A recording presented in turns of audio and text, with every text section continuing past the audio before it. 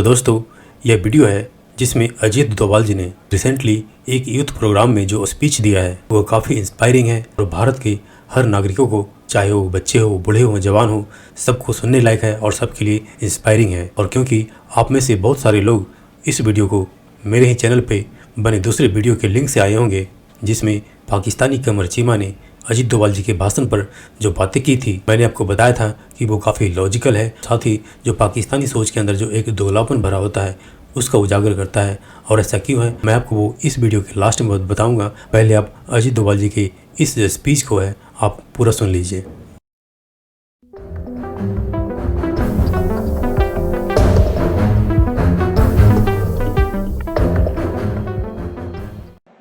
एक चीज का मैंने देखा, वो हमेशा आपके साथ चलती है, आपको पता हो या ना हो, आप कॉन्शियस हो या ना हो। चीज बहुत छोटी लेकिन वो आपके जीवन लोकाई को डिटरमिन करती है, उसकी गति और उसका क्या अंत में वो कहाँ पहुंचेगी इसका निर्णय करती है। वो होती है आपके निर्णय लेने की क्षमता। भारत तो विकसित होगा ही। भारत जिस गति और जिस रफ्तार पर प्रधानमंत्री मोदी जी इसको ले आए हैं, ये एक ऑटो मोड में भी चलेगा और विकसित हो जाएगा। लेकिन प्रश्न यह है कि इस विकसित भारत का नेतृत्व कौन करेगा, वो कितने सक्षम होंगे।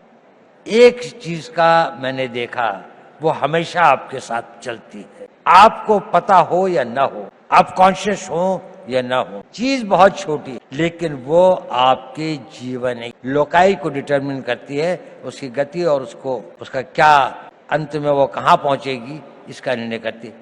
वो होती है आपके निर्णय लेने की क्षमता। भारत तो विकसित होगा ही।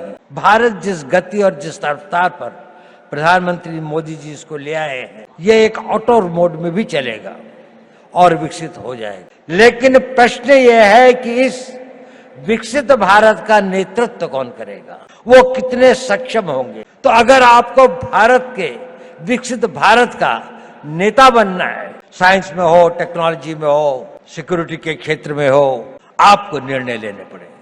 और यह निर्णय लेने की क्षमता आपको अभी से विकसित करनी पड़ेगी। आप लोगों ने बहुत कुछ पढ़ा है, आप भारत के जागृत युवक हैं। निर्णय कैसे लें, बहुत सारे मोटिवेशनल स्पीकर्स बताते हैं। मैं उस बारे में ज्यादा नहीं कहना चाहता। मैं छोटी सी बात कहना चाहता हूं, आप जब निर्णय लें तो आज के लिए नहीं, अपने आने वाले उस भविष्य के लिए दूरदर्शी भाव से निर्णय लें।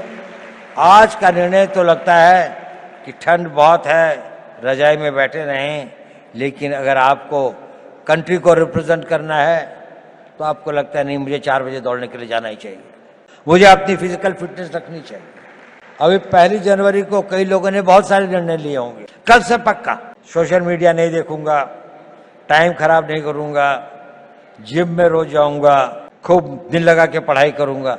कुछ करते हैं, कुछ नहीं करते। सही निर्णय लेना बहुत जरूरी है, बहुत आवश्यक है। अपने निर्णयों को दूरअंदेशी से करें। हर निर्णय को लेने के साथ ये सोचें कि इस निर्णय के बाद मेरा अगला निर्णय क्या होगा, अगला कदम क्या होगा। एक कदम उठाने से पहले अगले 2 कदम की सोचें। जीवन के अंदर में ड्रीम्स से जीवन नहीं बनते, पर ड्रीम्स उनको एक दिशा देते हैं, आवश्यक है। उन ड्रीम्स को डिसीजंस में बदलना पड़ता है और उन डिसीजंस को लाइफ की रियलिटीज में बनना पड़ता है।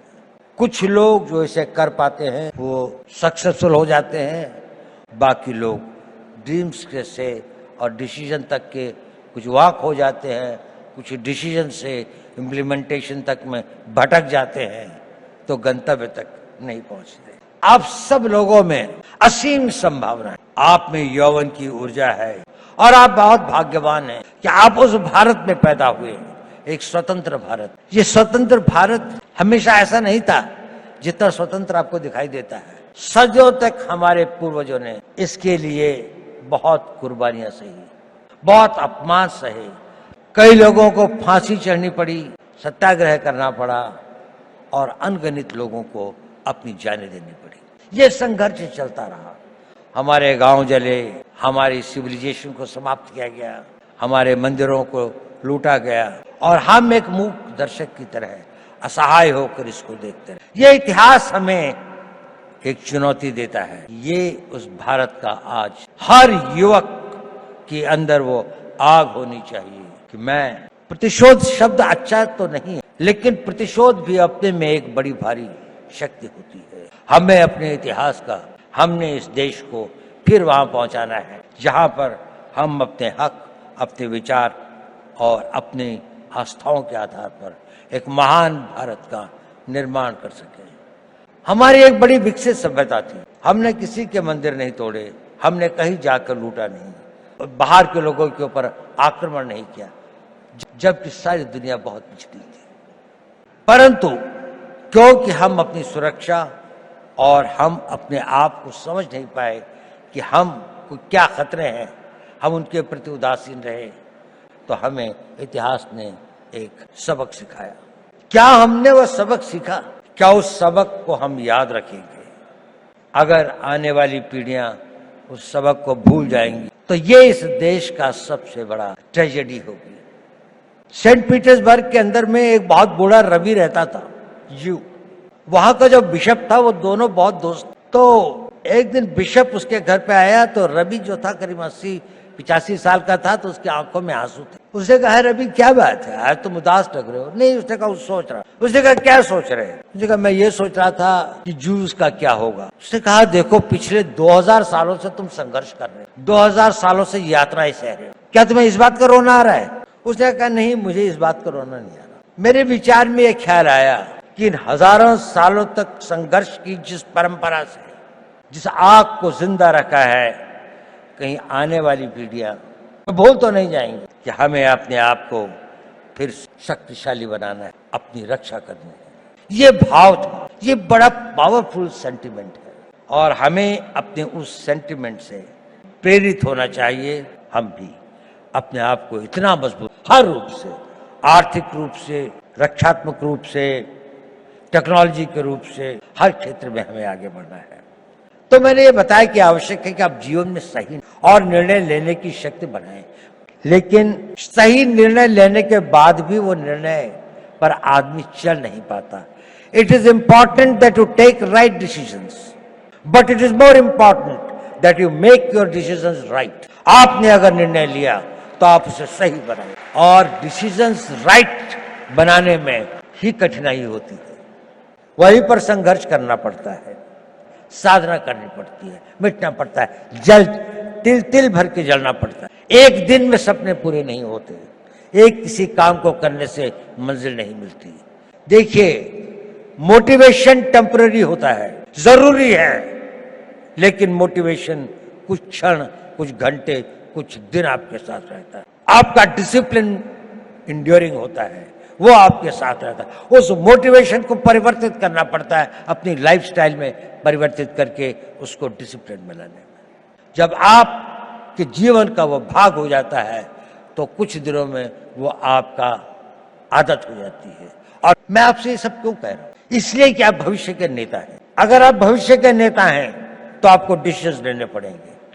और ये सब जो मैं कह रहा था वो इसलिए कह रहा था, सही निर्णय लें, निर्णय पर अटल रहें, ताकि आप में वो विल पावर पैदा हो सके, आप अपनी उस इच्छा शक्ति को बढ़ा सके। वही इच्छा शक्ति एक राष्ट्रीय शक्ति बनती है।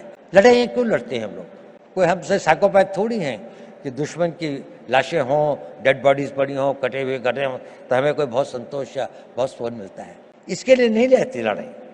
लड़ाइयाँ लड़ी जाती हैं किसी देश के मनोबल को तोड़ने के लिए, ताकि उसका मनोबल इतना टूट जाए कि वो हमारी इच्छाओं के अनुसार संधि कर सके, हमारी बात को मान सके, जो हम चाहते हैं वो उसे प्राप्त कर सके। जब आप लोगों में इच्छा शक्ति होगी तो राष्ट्र का मनोबल बनेगा। The will of the nation जिसे कहते हैं, कि जिसके लिए लड़ाइयाँ लड़ी जाती हैं। आज भी आप देख लें, जितनी भी लड़ाइयाँ हो रही हैं, जितने भी संघर्ष हो रहे हैं, कोई ना कोई कंट्री अपनी बात को दूसरी के ऊपर में थोपना चाहता है, उसके लिए वो शक्ति का प्रयोग कर रहे हैं। अगर आप इतने शक्तिशाली हैं कि कोई इसको ना कर सके तो आप हमेशा स्वतंत्र हैं। लेकिन अगर आपके पास में सब कुछ है लेकिन वो मनोबल नहीं है तो आपके अस्त्र शस्त्र सब बैठे रह जाएंगे। और उसके लिए चाहिए नेतृत्व। आज हम बहुत भाग्यशाली हैं कि देश में ऐसा नेतृत्व है, एक ऐसा नेतृत्व जिसने 10 साल में देश को कहां से कहां पहुंचाकर एक ऑटो बोर्ड में ले आए। उनकी कमिटमेंट, उनकी मेहनत, उनकी टोटल डेडिकेशन हम सब के लिए एक आदर्श हुआ है। देखिए, नेपोलियन बोनापार्ट एक बड़ा भारी योद्धा था। यह आपके लिए रेलेवेंट है क्योंकि आप लोग नेता हैं कल के, आप लोगों ने नेतृत्व करना है। नेपोलियन एक बात कहता था, I am not afraid of 1000 lions led by a sheep, but I am afraid of 1000 sheeps led by a lion. तो दोस्तों, जैसा कि आपने देखा और सुना, अजीत डोभाल जी ने बहुत ही इंस्पायरिंग बात की है भारतीयों के लिए, खासतौर से इस समय जबकि जियोपॉलिटिक्स में काफ़ी उथल पुथल मचा है और भारत को कंटिन्यू आगे बढ़ने के लिए सभी भारतीयों की एकजुटता की ज़रूरत होगी। लेकिन अब मैं आपको बताना चाहूँगा कि अजीत डोभाल जी के इस भाषण पर कमर चीमा ने जो बातें की है, जैसा कि आपने ऑलरेडी सुन लिया होगा, अगर आपने नहीं सुना तो उस वीडियो का लिंक भी मैं आपको इस वीडियो के नीचे डिस्क्रिप्शन में दे दूँगा। ये जब वीडियो ख़त्म होगा तो लास्ट में आपको थंबनेल में दिख जाएगा। तो जैसा कि मैं आपको बता रहा था कि कमर चीमा ने अजीत डोभाल जी के इस भाषण पर जो आपने सुना, एक अलग ही रंग दिया है और उसमें भी वो हिंदू मुसलमान की बातें करने लगा। और कमर चीमा ने बहुत सारी ऐसी बातें बोला, जैसे कि ये जो स्पीच है मुसलमानों के खिलाफ है, यानी हद है कि अगर एज ए भारतीय कोई भारत के इतिहास की बात करे, और ऐसा भी नहीं कि कोई झूठा इतिहास, बल्कि ये इतिहास सभी मानते हैं और जानते हैं कि किस तरह से भारत की सभ्यता और संस्कृति को न सिर्फ अंग्रेज़ों ने बल्कि मुसलमानों भी नुकसान पहुंचाया। लेकिन इन पाकिस्तानी सोचों का प्रॉब्लम यह है कि भारत या कोई हिंदू इस इतिहास के ऊपर बात न करे, और अगर कोई करता है तो फिर वह आज के मुसलमानों के खिलाफ हो जाता है। यानी अगर ये जो मुसलमान है या पाकिस्तानी सोच है, वो जब बाबरी मस्जिद की बात करते हैं, अभी तो इतिहास से बना हुआ है, अब बाबरी मस्जिद की जगह राम मंदिर बन गया है, बट फिर भी ये आए दिन रोना रोते रहते हैं कि बाबरी मस्जिद क्यों तोड़ दिया, राम मंदिर को हटा करके बाबरी मस्जिद बनना चाहिए था। तो क्या ये हिंदुओं के खिलाफ बातें नहीं हो रही है या होती हैं? मेन प्रॉब्लम यही है, ये जो पाकिस्तानी सोच के अकॉर्डिंग ये लोग कुछ भी करें दुनिया के अंदर, उनके ऊपर कोई कुछ न बोले तभी सही है। जैसे एक और एग्जांपल समझ सकते हैं कि जो मुसलमान कंट्री से बहुत सारे लोग दूसरे देशों में जाके बसते हैं और थोड़े समय बाद ये अपना फिर वही जो उनका रीति रिवाज, धार्मिक एंगल, उसको लेकर के बवाल मचाना शुरू कर देते हैं, क्योंकि उस देश के जो लोग इन मुसलमानों के वहाँ जाने से या उनके तौर तरीके से रवैये पर उंगली उठाते हैं। तो लेकिन ये वहाँ पे जाकर के एडजस्ट करने के बजाय, उस देश की कल्चर और संस्कृति को सम्मान देने के बजाय ये अपना ही पाकिस्तानीपन दिखाने लगते हैं और यहीं से प्रॉब्लम शुरू होता है।